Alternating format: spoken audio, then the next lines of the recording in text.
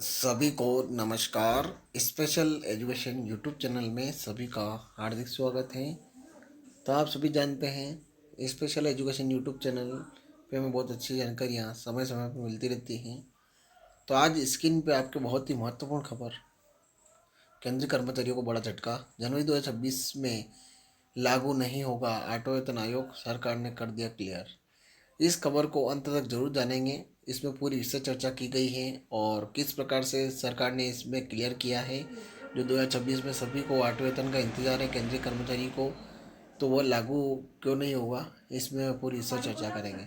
अंत तक जरूर देखें। तो 1 करोड़ से अधिक केंद्रीय कर्मचारी और पेंशनर को सरकार ने तगड़ा झटका दिया है।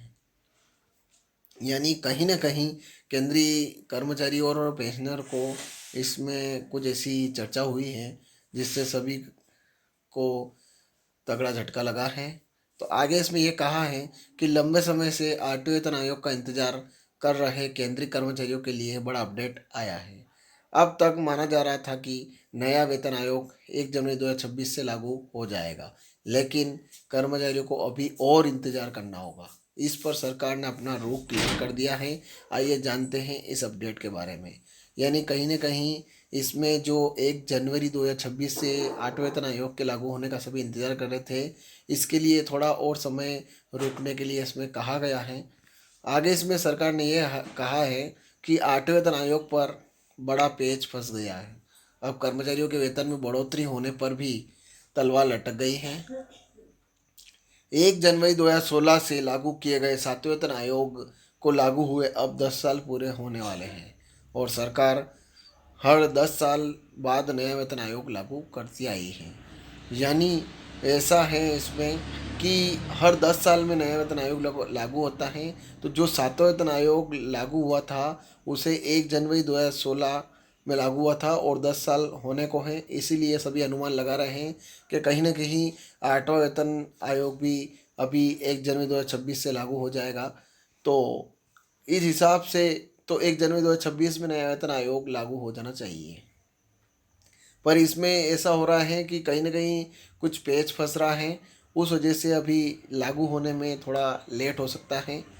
कि लागू हो जाना चाहिए पर ऐसा नहीं हो पाएगा। अब कर्मचारियों के साथ साथ पेंशनर्स की चिंताएं भी बढ़ने लगी हैं।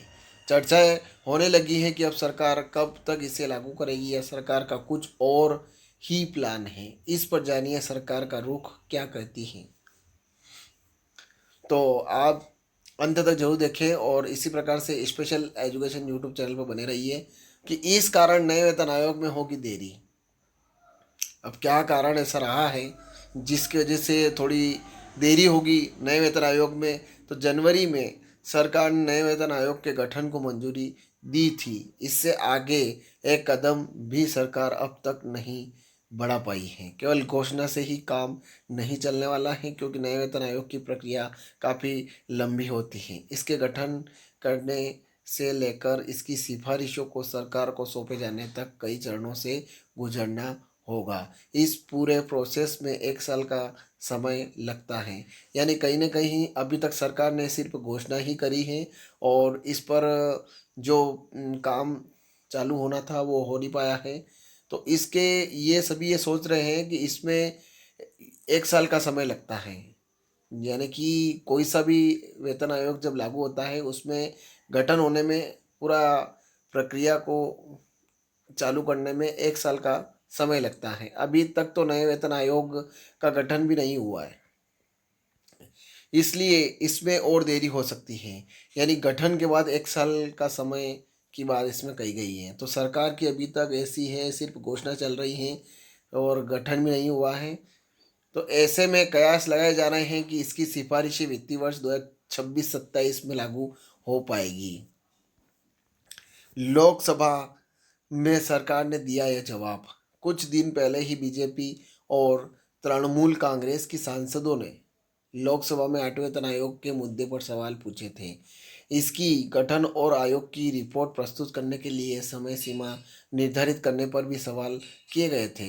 इतना ही नहीं, यह भी सरकार से पूछा गया था कि 8वें वेतन आयोग को लेकर अब तक प्रक्रिया कहाँ तक बढ़ी है। इस पर केंद्रीय वित्त मंत्री का जवाब था कि 8वें वेतन आयोग की रिपोर्ट पेश करने की समय सीमा और इसकी प्रक्रियाओं को उचित समय पर तय किया जाएगा। यानी कोई निश्चित समय पर इस बारे में नहीं बताया गया है। नए वेतन आयोग का किन्हें मिलेगा लाभ, इसके बारे में चर्चा करेंगे कि कौन इसके लिए पात्र रहेगा। तो वित्त मंत्री निर्मला सीतारमण ने भी बताया कि 7वें वेतन आयोग के हिसाब से केंद्रीय सरकारी असैनिक कर्मचारियों की 1 मार्च 2025 तक संख्या लगभग 36,57,000 है, जबकि 31 दिसंबर 2024 तक पेंशनर्स की संख्या करीब 33,90,000 है। इन सभी को नए वेतन आयोग का लाभ मिलेगा। हालांकि केंद्र सरकार की ओर से ये नया वेतन आयोग लागू करने के बाद राज्य कर्मचारियों की ओर से मांग उठने के कारण राज्य सरकारें प्रदेश के कर्मचारियों के वेतन बढ़ोतरी पर विचार कर सकती हैं। राजस्व पर प्रभाव को लेकर यह कहा, 8वें वेतन आयोग के लागू होने पर सरकार के राजस्व पर इसका असर पड़ेगा। इसका आकलन आयोग की सिफारिशें आने के बाद किया जाएगा। सरकार इस पर अंतिम फैसला लेगी।